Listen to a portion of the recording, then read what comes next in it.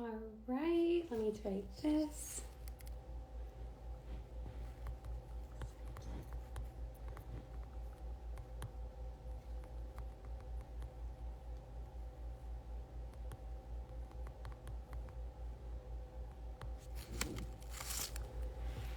All right.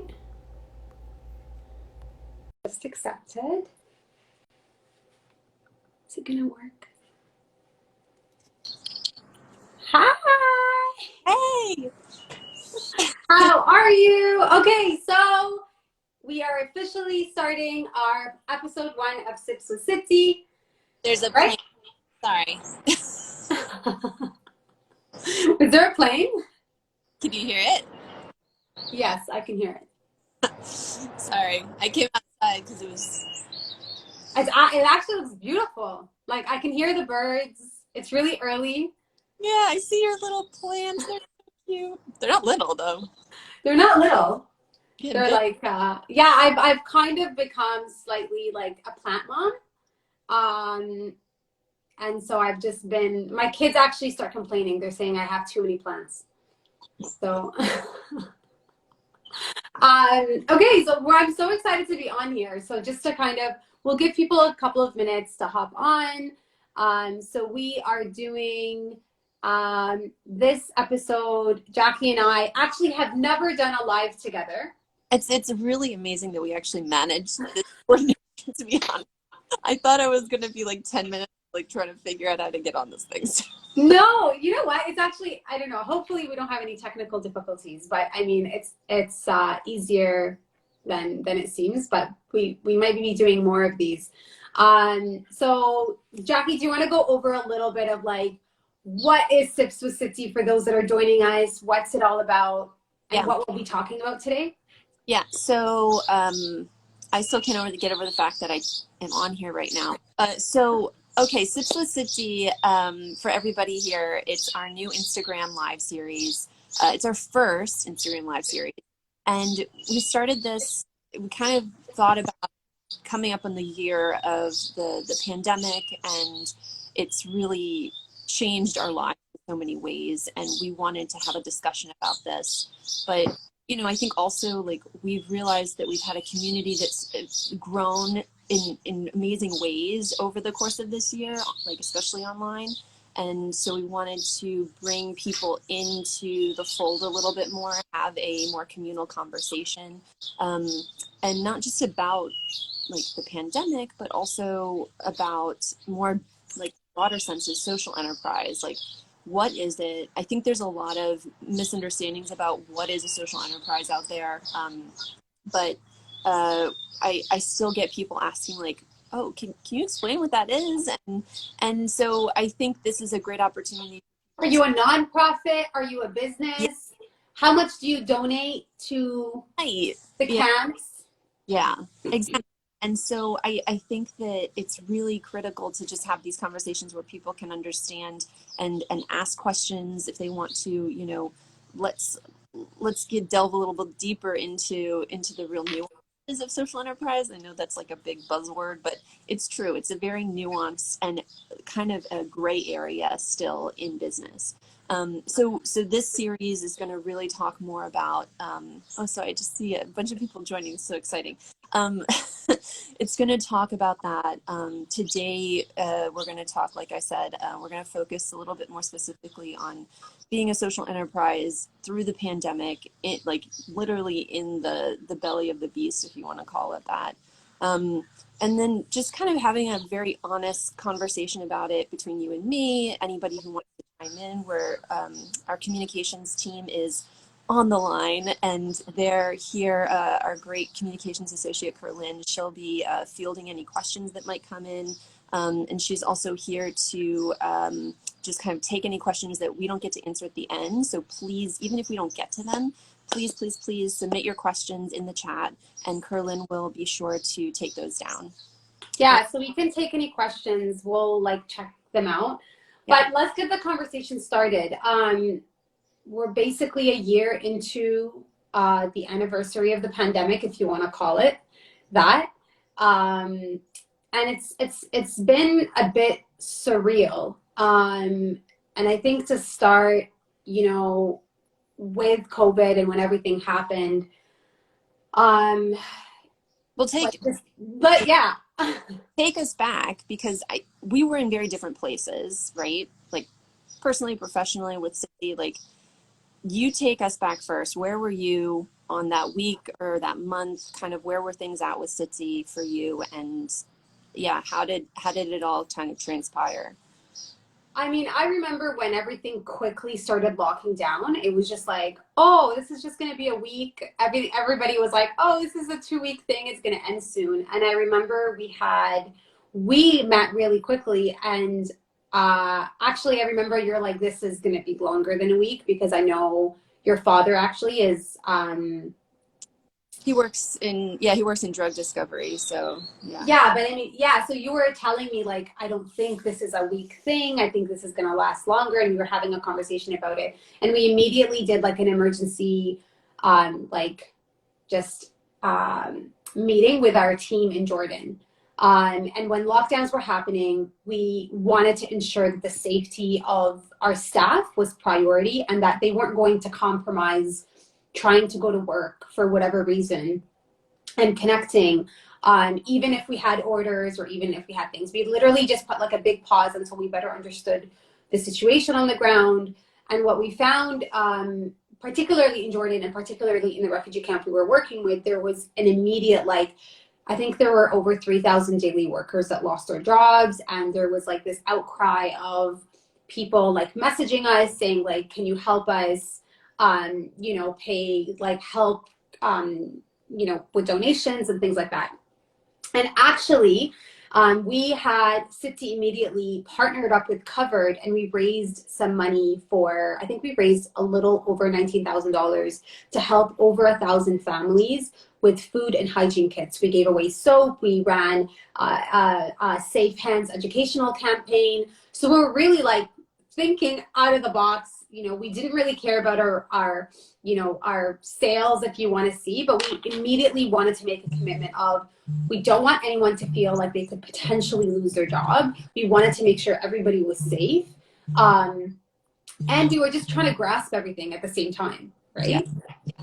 right? And it was, but, yeah. we were just, it was almost daily. We were talking and trying to figure out, okay, is this the right direction to go in? Because again, there's nothing we could have measured it up against. There was no benchmark in terms of how do you handle a situation like this. And I think at the time too, we were really in our own existence as enterprise, we were really conflicted because we were in a position where people were asking us for immediate emergent help and support.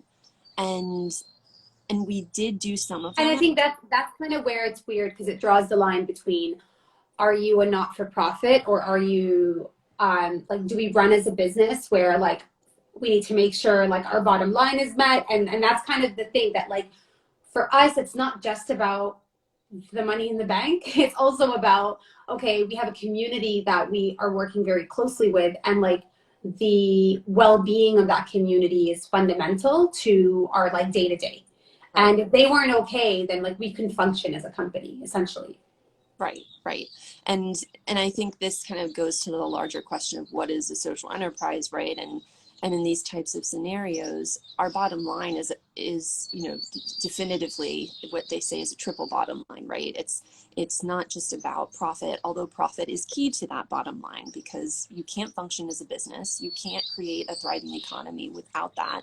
But you also really need to have at that same level of importance, that same level of critical commitment, the people you're working with and the ecosystem you're working in. And the ecosystem we were working in is a refugee camp. It's a community of people who more than 50% live at or below the national poverty line. So, you know, those are all really, it kind of was this like, it's this moment, it's this like very critical moment where everything is amplified. All of the challenges that we had like created Sitti to address, it was like, bam, like, all right, this is what's going to happen now because I'm going to test you. I don't, you know, it's like this, it felt like a test. So I guess the first test was you got COVID. You actually moved halfway across in the United States to Los Angeles. Yeah. And immediately upon landing, you and your husband ended up contracting COVID. Yes. Yeah. We were really careful the whole time. And I think that was part of like the really, it made it easy. I think we just don't recognize how serious this thing is until you get it, and everybody reacts differently. Everybody's body is different. For my husband and myself, my husband has a spinal cord injury, and so one of the things that we're always like we were always thinking about and concerned about was like, how is this going to affect him? Luckily, we're very fortunate. Like, his case was not severe enough to the point where it's like hospitalization. Neither was mine, but it knocked us out. I mean, it completely knocked us out. We were not just physically, but mentally too. Oh, yeah, I mean, we were completely out of it. I mean, 2 weeks. Just, I think the first week was the worst, and you're also scared, and I think that was like the added stress of just being terrified of your body was over those next 14 days, and all of the what ifs and this couldn't happen. So that was really hard, and we, it was also hard because you and we were like literally in the middle of trying to do so many things to pivot Sitti so that we could address the issues that were facing the community in a very like there was a very real sense of urgency, and there still is. So, I mean, luckily we got through it. Remind me, this was around October. End of October, beginning of November. Yeah. And then about a month later, or a month and a half later, I want to say, my family and I all got COVID. And I remember like immediately when I found out my husband actually got tested positive. He was feeling unwell, and immediately we like booked our tests. And I have 3 kids, so there's a lot at hand, and I was like, okay, hold on, pause. And I wasn't feeling any symptoms. I had like 0 symptoms. Nobody was feeling anything, and my husband quickly was like knocked out. And obviously, since he was positive, we all were immediately self-isolating. And from a business perspective, I was like, oh my gosh, I cannot come near like products. I need to stop all orders immediately. Like, I do a lot of the fulfillment, so I have to make sure that like nothing, like I had to basically put a big stop. Thankfully, actually, it happened, what was it, Christmas Day, I think, is when we found out. Yeah. And I was like, thank God it happened then, because that's kind of where it starts to slow down for us. Oh. And we immediately put out a notice. I don't know if you guys remember, but we put out a notice that we would not be fulfilling orders until the 2nd week into January. I wanted to give myself enough of a buffer time to kind of go back to business, but it was really hard. And initially I didn't really feel any symptoms. And then, like, we were talking about this after reflecting, I just had this brain fog where I'm like, I like could not function. I was like, I can't think. I would open emails, look at headers, and like close them again. It was like, yes, I had, I don't know if I had like enough of the symptoms as other people, but I definitely felt the mental impact of it. I don't know if it makes any sense. And I actually lost my like sense of taste and smell, which I think till today, I don't fully smell properly. Like I think I have something neurologically wrong with how I smell now, because everything just smells different now. Not like what it was, which is a good, then I'm not sure. Yeah, it's just, I need to get it checked out. It's funny. I feel like we both were talking about how when we got sick, and it was obvious with the kids, you were the one who was taking care of everyone. You were holding down the fort. Not that Osama, like, not that. You know what? He was so knocked out. I don't even think he'll watch this later, but I felt so bad for him. He actually had to be hospitalized. He was just, his fevers were spiking like crazy, and that we were like, okay, taking it literally day by day and like overdosing on vitamins. Like, I think that was our thing. And just the outpour from like our friends and people that would message us and drop off food at the door was just so heartwarming. And I almost feel like we couldn't do it if it wasn't for like our support system that was like literally making sure we had food and we had everything that we needed and checking up on us. And I think this kind of goes to the the point of the fact that we had this support system, right? And you know, as bad as it was for us, we also had a community of people across the world who were also getting infected, and the support there is not the same. No, but so that touches on understanding how difficult COVID has been and the pandemic has been on our team and everybody. We would get phone calls of some of our team members getting COVID, and we felt paralyzed. We felt like we couldn't do anything. We couldn't really, all we could do was say, okay, what do you need? Take all the time in the world that you need to get better. Make sure your family and you are better. But at the end of the day, we knew that the reality of someone getting COVID in the refugee camp was very different. Their self-isolation was going to be very different. A lot of the homes that they live in are, you know, super tight condensed. You have multi-generational multi-generational families living in one household. And you really can't like isolate into a bedroom because everybody maybe sleeps in that bedroom, or right? Like, so the situation's a little different. The environment is not as easy, I would say, for those there. And the available healthcare is also like limiting. There's also this fear of, what if I need hospitalization? What will that cost my family? Do I really need to be hospitalized? Do I really need to be tested? And this fear of like, oh, if I do end up getting self-isolated or, you know, put in a hospital, would that mean that like I'm not going to get the care that I need? Could that mean something more critical? So it's definitely put a lot of like alarm bells all around us. We've personally had team members that have had COVID, and we literally had to take it one day at a time. But speaking of which, we also know that this pandemic has had like an incredible toll on not just like our mental health. I mean, trying to homeschool kids while running a business is just incredibly insane. I can't tell you the number of times I've been on calls or meetings and my kids would barge in. I think, so it's just been hard, but also the toll that it's had on the community that we work with, because a lot of them have now had to experience loss of jobs within their families. The lockdowns created a lot of anxiety and stress onto the community. And then I guess what like triggered it even more is we actually lost an artisan member. I think it's been a month and a half now, Jackie, about a month and a half.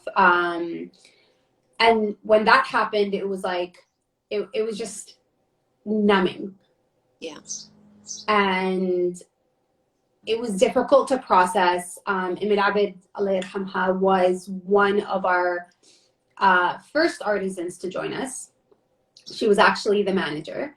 And when she passed, obviously we wanted to give everybody the time to mourn, but when we later connected, we started having like a wellness meeting to better understand like what are the needs on the ground from our team, what do they need us to do, what can we do as I would say like leadership team to like support them.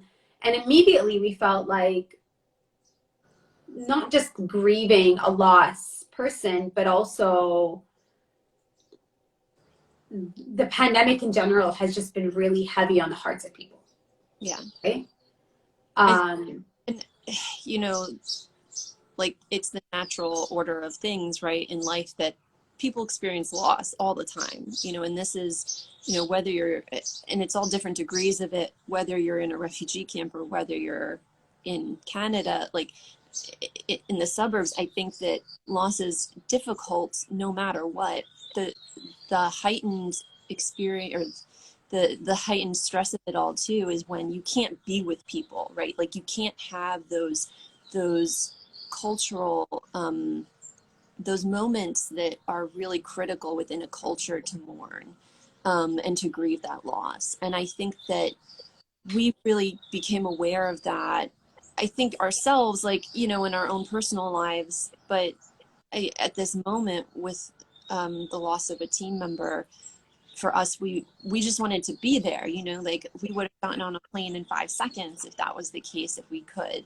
And the fact that we couldn't be there, and our team couldn't connect physically, and you know, the Hope Sitti Center where our workshop is, like that's this community space. It's always been where all of our team gathers, and they couldn't do that. And so, you know, it was really about figuring out, okay, there's obviously a long-term effect of this that's taking on in people's lives. If you can't mourn the loss of someone so close to you, it's going to be an issue. And so, you know, yeah, we did these. We've been having these regular virtual meetups with the leadership in our team on the ground in Jordan, and those have been really helpful. I think, and I urge anybody out there who has a team that is remote right now, if you haven't been doing this during the pandemic, you know, and sometimes I think people are forgetting this now because it's a year in, but don't forget that the mental health of your team is a priority, and it really requires the leadership of those organizations, of those companies, to step up. You can't expect people to address their own mental health all the time if they're not, you know, if they're also they're just trying to keep their jobs. Like, I think that was the biggest thing, you know, for us too, was that like we had to constantly talk to our team and ensure them, like, it's okay, like take time. You need to like take time off. But it actually brought up another point, Jackie, if you recall, that like our community center, in a way, our Hope Sitti workshop was not just a place for them to come and work, but Right. it was also a safe place and a safe space for these women that they can connect beyond the soap workshop. So they had, you know, we actually have a library that we had recently set up that was complete, like sponsored by Beirut and Beyond. We had our computer lab where our Banath Connect, you know, language exchange program was happening. We would run periodic different workshops. So it wasn't just a place of work or employment for them. It's a place of gathering. It was a place of, you know, sisterhood. And so when the pandemic hit, we were very careful of saying like, okay, only so many people there at one time, you know, obviously mask wearing and all that. But we had to immediately stop all like programming or anything that was happening on the ground. We were even getting like messages and emails saying like, when are you going to open your book clubs again? Or when are you going to facilitate workshops? And we had to put a big stop on it because we couldn't be responsible or be at risk, like putting people at risk by opening up some of our activities. Yeah, I think for a lot, it was, you know, we always think of like the challenges of not being able to like congregate or like go out to eat with friends or whatever. But like in the camp, like having it at the center, it's really a matter of survival. It's Yeah. mental. A lot of our artisans like don't have access to, let's say, internet at home. They would only be able to access it if they were at the center. So this idea of like, oh, we're stuck, but we're like Netflix and chilling, or, you know, where we have access to internet at all times, so we can completely transition to a complete remote workforce. To a lot of these communities, that's not an option for them, right? So it became just really stressful and caused a lot of pressure, particularly for the women who were sole breadwinners of their families, right? Which and is still is, right? So can you tell us a little bit about that? Like, what did we, especially with some of the partners that we worked on the ground, can you talk a little bit about particularly like the rehabilitation center that we work with, like how has the pandemic impacted them? And just so those that are watching, so the rehabilitation center is not-for-profit organization based out of the refugee camp that we work with, associated with UNRWA as well, but they work independently, so they're not funded by UNRWA. And they are actually the ones that are hand making. So we work with refugees with disabilities that hand make each one of our wooden soap dishes. And so that's all done at the rehabilitation carpentry workshop. What happened there? Yeah, so they're one of our CBO partners. CBO being a community-based organization. So a lot of the non-for-profits that work in the camp, a lot of them are international, right? And they'll come in, and by the way, I live near an airport, so sorry for the flyovers. So for each CBO in the camp, they also have a lot of support from international NGOs. So these international NGOs serve as sometimes like an intermediary, sometimes they have direct programming on the ground, but they are really a lifeline for the majority of the camp. Yeah. They provide them with work opportunities that are considered volunteer. And when we say volunteer, it's not like in the US or in like North America where volunteer means you go and like give your time for free. The thing with ex-Gazan refugees in Jordan is majority of them do not have the opportunity to work. They don't have the right to work like a normal Jordanian citizen would.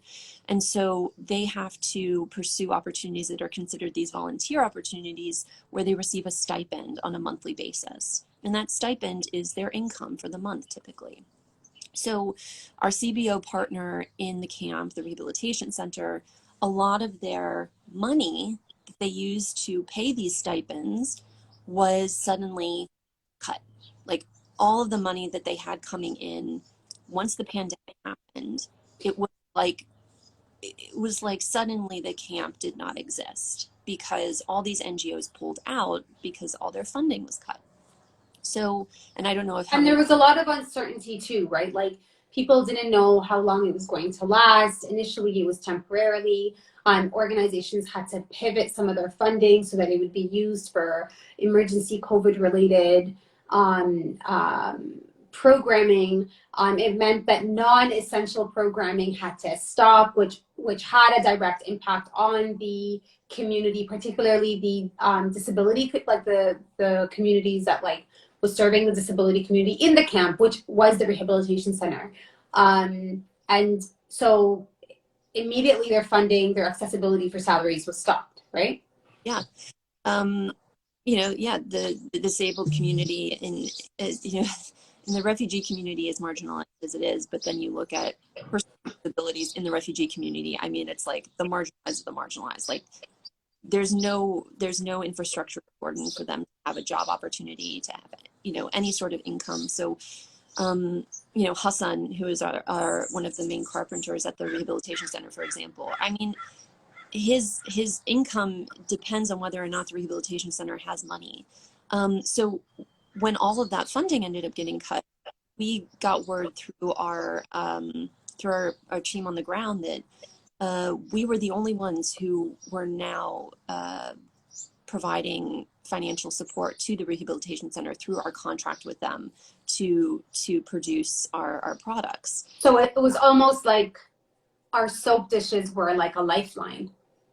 They were, and well, the business model was a lifeline, right? I mean, and this goes back to what is a social enterprise? Is it a nonprofit? No, it's not, because all the nonprofits that were in existence at that time that were supporting the rehabilitation center, from what we gathered and what we were told, they couldn't do it anymore, and we were able to do it. And I'm not saying that we were like this savior. I mean, it wasn't anything like that. It was the fact that the rehabilitation center was smart enough and strategic enough to take on this partnership with us in the very beginning, because they took a risk too. When we started, I mean, they didn't know how long we were going to be around when they said, yeah, we'll soap dishes for you. I think particularly because a lot of different initiatives that do start in the camp will be very temporary, but like I don't want to say completely temporary, not all of them, but there are some that have lasted several years that continue to be there.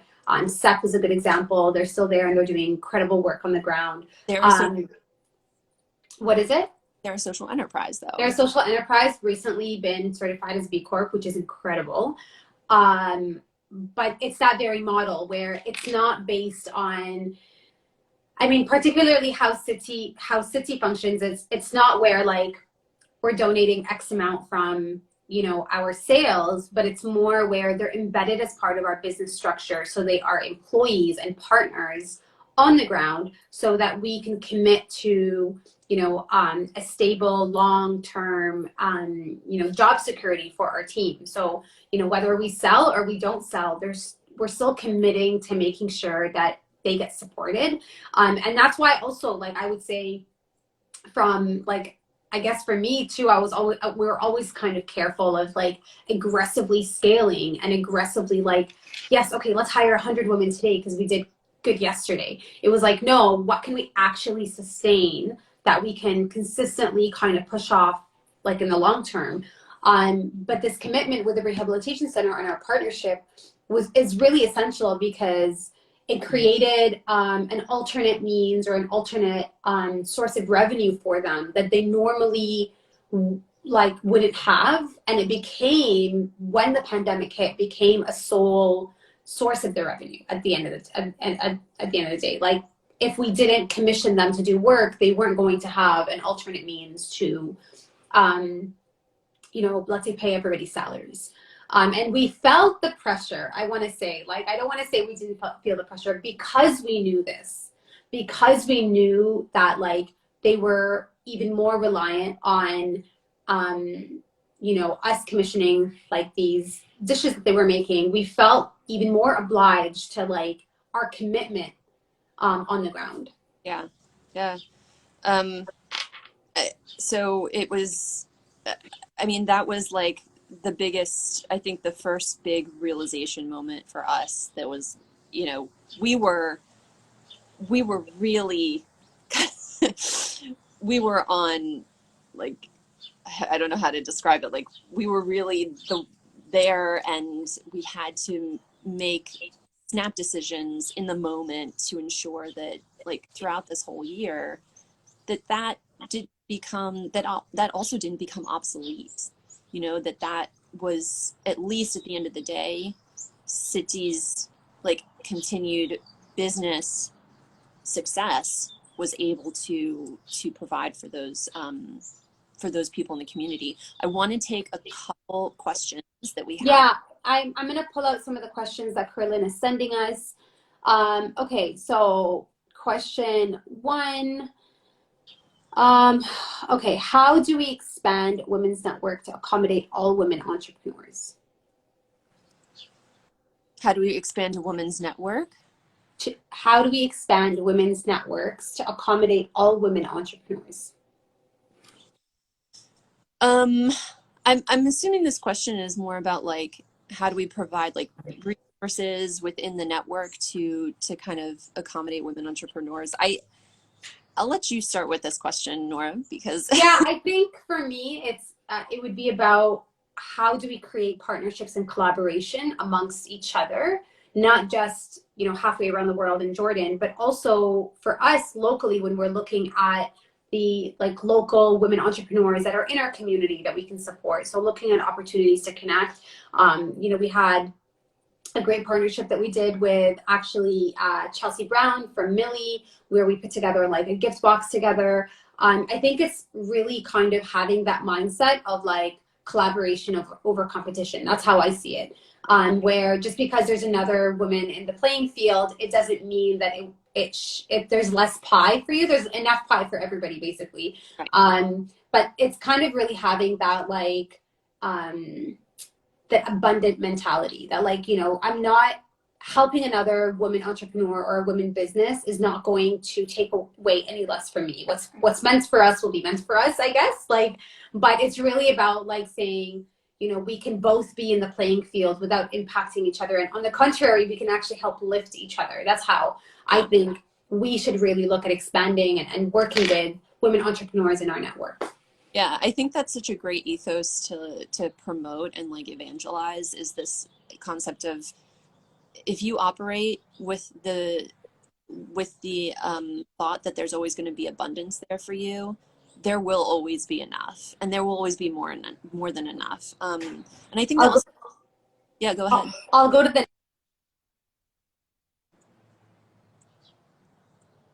responsibility, especially during the pandemic. Could you repeat it? Because I think you went out on my end. Oh, sorry. How do you balance work and life responsibility, especially during the pandemic?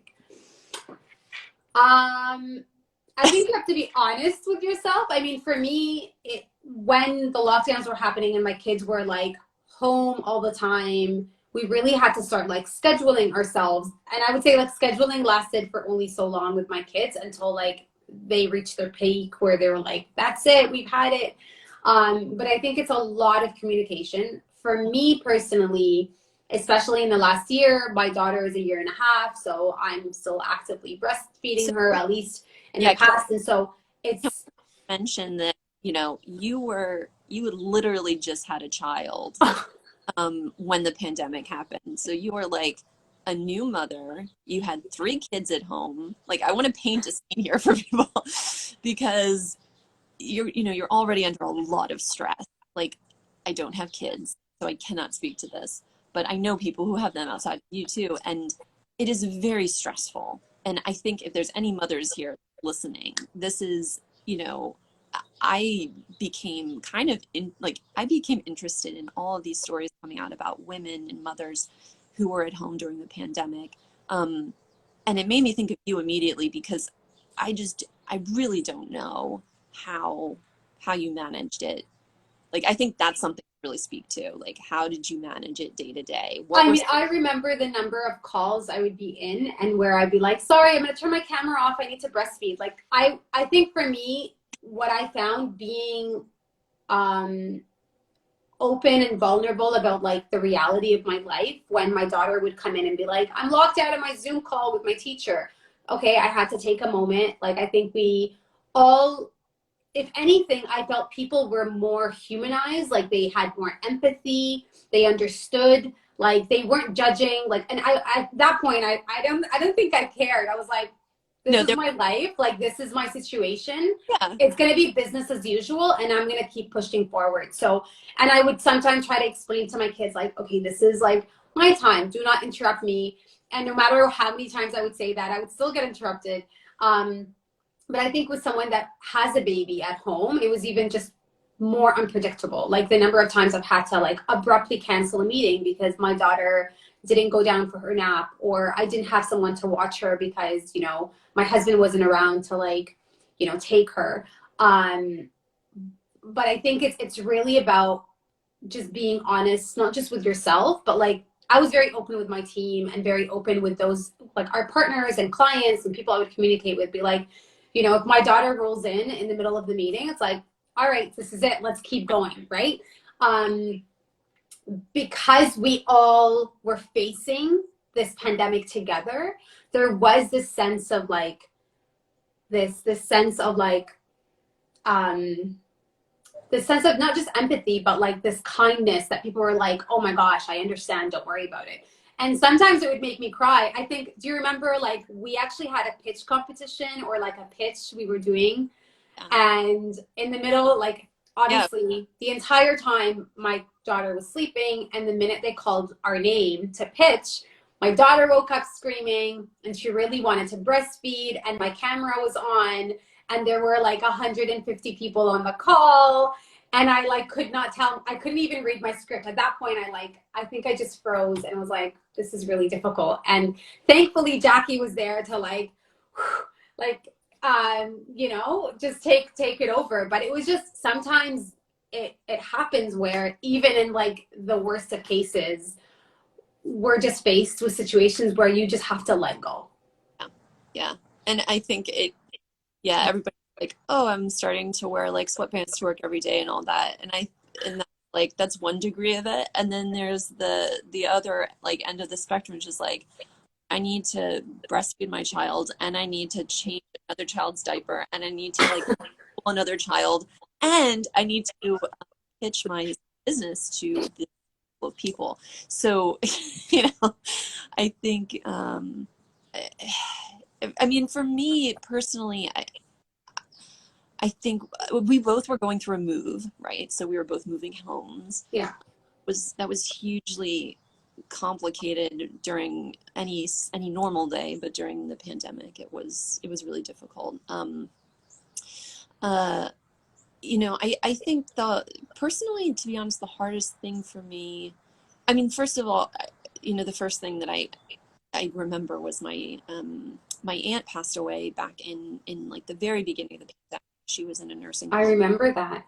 Yeah, and it was incredibly difficult, and it wasn't so much for me as it was for my, like, to watch my mom go through that. And fortunately, I was there with my mom when it happened, so you know, I was able to be there for her, and you know, and I hope that it was somewhat of a you know, a small relief for her to have like family around happen, but to watch a loved one go through that loss and not be able to be there it was incredibly painful. And I think that's why when Labid, you know, when we lost her, it was kind of like that realization all over again. That was like, you know, these women, like, our family can't be with our family right now, and so I think that was, as much as it was like a team member, it was definitely a family member for all of us.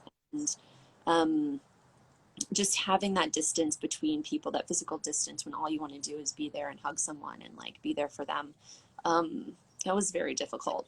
So It's this urge of like being together, yeah, that I think has been the most. I mean,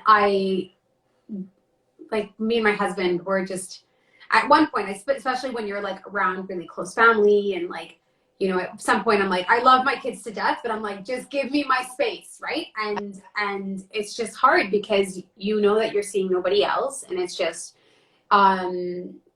for us, we still consciously actually see my parents only for the most part, and because I can't be away from them, and same thing, like, they're just very careful not to like mingle. Like, my mom is diabetic, and so she's always like super careful, and you know, put on your masks and all that. But like, my son's an example of like someone that just cannot, like, we were out at the store yesterday and he took off his mask in the middle of the store, and I was like, we're gonna get kicked out, put your mask on. He's like, I can't breathe. And I'm like, what do you tell a 7-year-old that's just like, I have breathing issues? And I was like, no, you don't, put it on.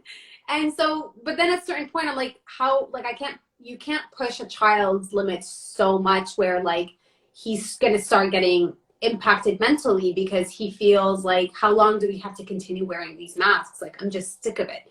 And I think we're all sick of it. And this kind of goes back to like the beginning of this conversation of this like 1-year anniversary, and like how we look back and we kind of look at now and be like, all right, so when are we going to go back to normal? And like, what is normal? And seeing people again and interacting again and having those like communal gatherings again is so missed. I think it's part of our human nature to want to you know, congregate and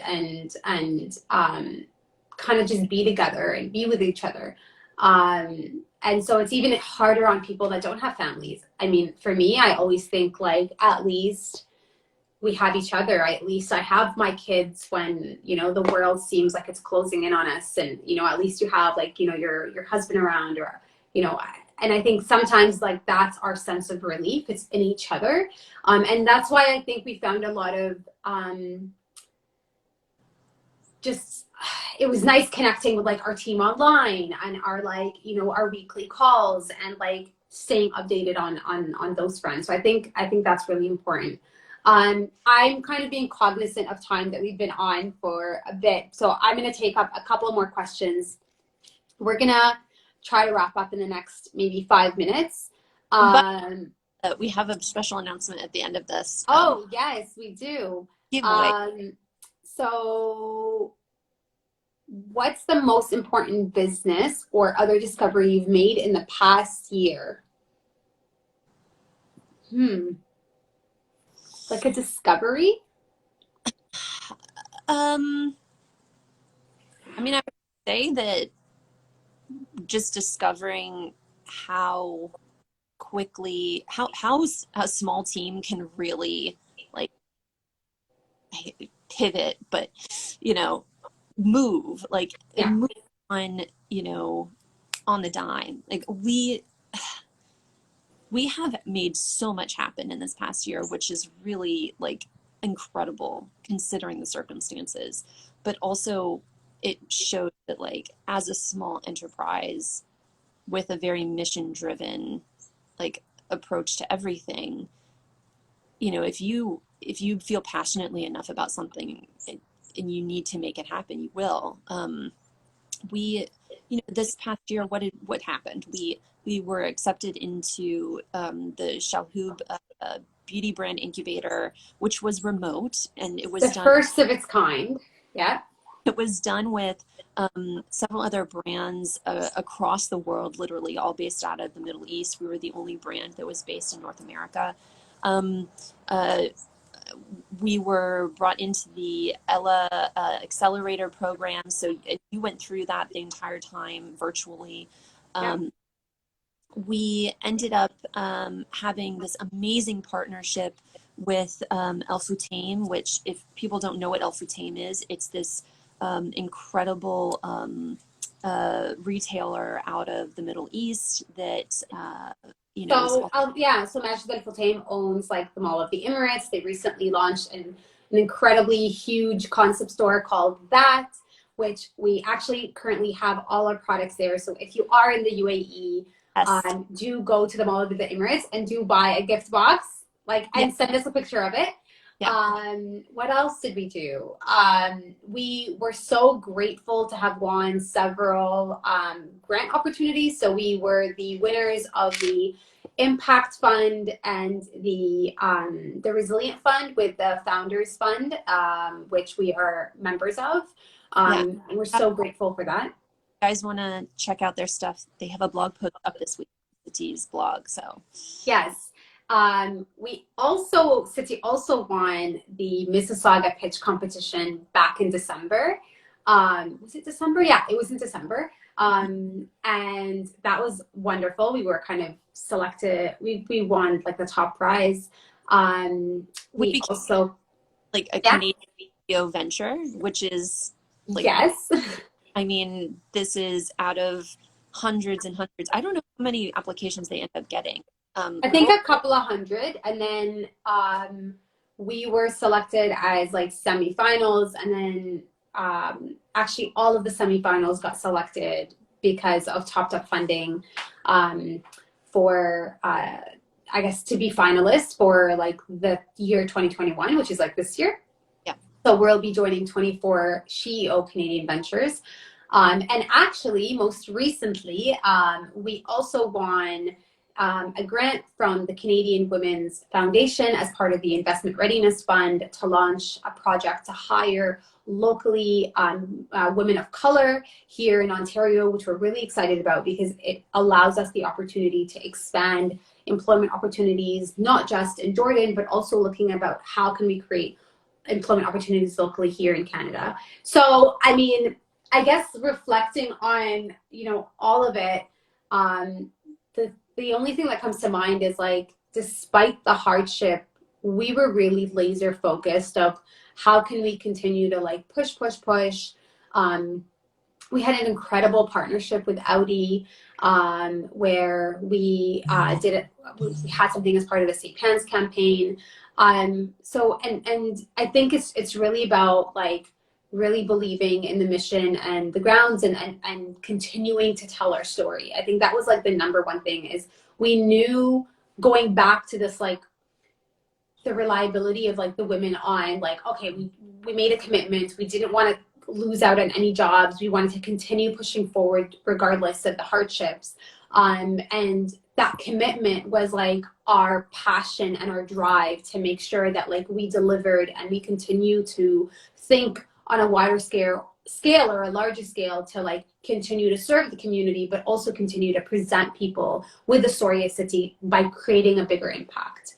And I think, yeah, it really speaks to how like there's so many times where things were so hard, and it's not to discount the fact that it is incredibly difficult. You know, the virtual conversations all the time, waking up at like 3 a.m. or being up until 3 a.m. To because of the time difference of like attending meetings and trying to make it work. Moving to California, I don't know if that was like the greatest time to move to California for like virtual. It's always a good idea to move to California. Well, we're trying to get you out here, but anyway, you know, I think that you really like, I mean, taking care of yourself obviously is incredibly important. Like we're all preaching about self-care these days, but it really is, because I will say like there have been weeks where I've had 3 days in a row of waking up at 4 a.m. for, you know, for meetings we had with Dubai, miss out on. And then I had to be like, I can't make another meeting this week, Noora. Like I just need my sleep. I need my Z's, my beauty rest. Like, ask, you know what? I love my sleep. My husband knows this. He's such an early bird. And I'm always like, I just need more. I just need more hours. And he's like, no, don't worry. You'll get over it soon. I'm like, no, 10 years later into our marriage. And I'm still like, I still love my sleep.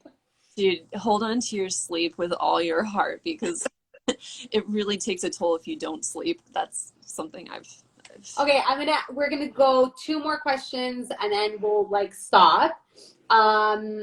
If you had to start over from scratch, knowing what you know now, what would you do differently? Nothing different, because I think I'm a big believer that it is your challenges and your mistakes that will get you to where you are today. If it wasn't for packaging mistakes that we did early on, or logistical mistakes that we did, we wouldn't have learned or changed our processes if it wasn't for things that kind of came up. Obviously, it's always a process. When we first started this, it was like, yeah, okay, we're just going to be selling some soap. And lo and behold, it's more than just selling some soap. And we found ourselves wearing so many hats and learning so many things along the way. And it's definitely part of that journey. But if I look back, and I'm a big believer of no regrets, because you wouldn't be the person you are. We wouldn't be the business that we are if we didn't go through these experiences. Obviously, sometimes you can always say like, oh, if I had more funding, or if I have this or have that, obviously those are always pluses. But I think our grit and resilience to really push forward is because of, you know, our collective experience coming to this point today, right? Yeah. I would say, you know, and again, I agree with the fact that like there are obviously no regrets. If I could start over, if we could start over again, you know, one thing that I might try differently was, you know, for me personally, I was always balancing a lot in terms of just like work and work outside of Sitti.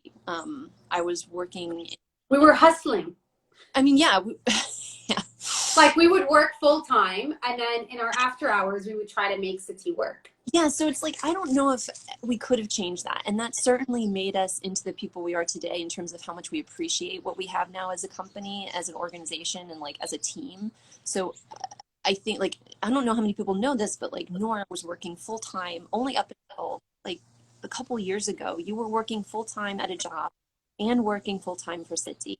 I was working full-time freelance and working Sitti like whenever, you know, like literally even talk about like sleep deprivation, but you certainly learn an appreciation for what you have because you've gone through that hustle, and like then you get to this point where we are here now, and we still have a long way to go. But I feel like 5 years in, and we're still very early on in our journey. Like I'm just like, even though we've, looking back, we have accomplished quite a lot, I still think that we're not even scratching the surface. Because sometimes it's easy to like look over our shoulders and compare, like, oh, look at this business, look at what they've gotten, and it's like, oh, we can do that too. But I always feel like for us, our mindset has always been like, okay, we're here, okay, what's next? And Only against ourselves. yeah, I mean, Shio is a good example. We applied last year and we made it to semifinal. We actually didn't make it to finalists last year. And then we said, okay, well, maybe we're not ready. Let's try again. So there's been a lot of rejections. Yes, we've had a lot of successes, but we've also had some rejections. We've applied to a bunch of things where it's been dead silent and we just weren't selected, or we just weren't ready. And sometimes it's hard and it's like, oh, I was really hoping we would get this, or, oh, this is like really upsetting. Especially when you put a lot of effort trying to, let's say, apply for this or apply for that. But we realize it, like, in the process of applying, we've learned something. In the process of going, to whether it's an accelerator program or some funding that we're looking for, we kind of go through a process that teaches us a little bit about ourselves. It allows us to prepare differently for our business and give it like a more strategic long-term perspective. It allowed us to dive into our numbers a little more, which is so fundamental. Maybe this is like a topic we can do in a future episode. But yeah, definitely like take hold of that journey and like don't mull over the things that you didn't achieve, but reflect on the things that like got you to where you are today. Like, I was just saying yesterday in the showcase event with Ella, with like the end of the program, was it's amazing to look back 4 months ago and be like, oh wow, we did all that, or like we were able to get to where we are today after kind of going through intense like mentorships and like masterminds and fractional executive support, and then it's just really nice to reflect. We forget to take time to like appreciate and be like, wow, I've gotten this far, way to go. And then take a moment to appreciate it and then keep going. Yeah. Right. So I think our cutoff is like close to the hour, which we're really there. I won't take any more questions. Jackie, thank you for bringing us with the sounds of the birds around you. I think everybody loved it. Quickly before we go, giveaway is, so quick giveaway announcement. Choose to Challenge. It's International Women's Month. We are giving away a Sitti gift box, not just for you, but for your woman in your life, mother, sister, friend, whoever you want to show your appreciation for. Check out the information on our feed this week. It will be up there with all the details, but we're really excited to share that with you. So it's going to be 2 Sitti Millie gift boxes. Share with us who the women in your life are that you want to appreciate. We really hope that you're taking time this month to reflect on it being International Women's Month. And if you're a man out there or identifying man, like, also consider all the amazing women in your life who have supported you. That deserve a gift box, 100%. Yes. So go to our giveaway, participate. We want to gift the person that you love, the woman in your life, this gift box with a special message saying you deserve it, you're doing amazing, and this is a chance for them to do it. Yes, a special shout out to all the special women. Guys, thank you so much for joining us. This has been wonderful. Thank you everybody for joining and for participating. We'll see you next month. We will see you next month. All right. Bye. Bye, everyone. Bye, guys.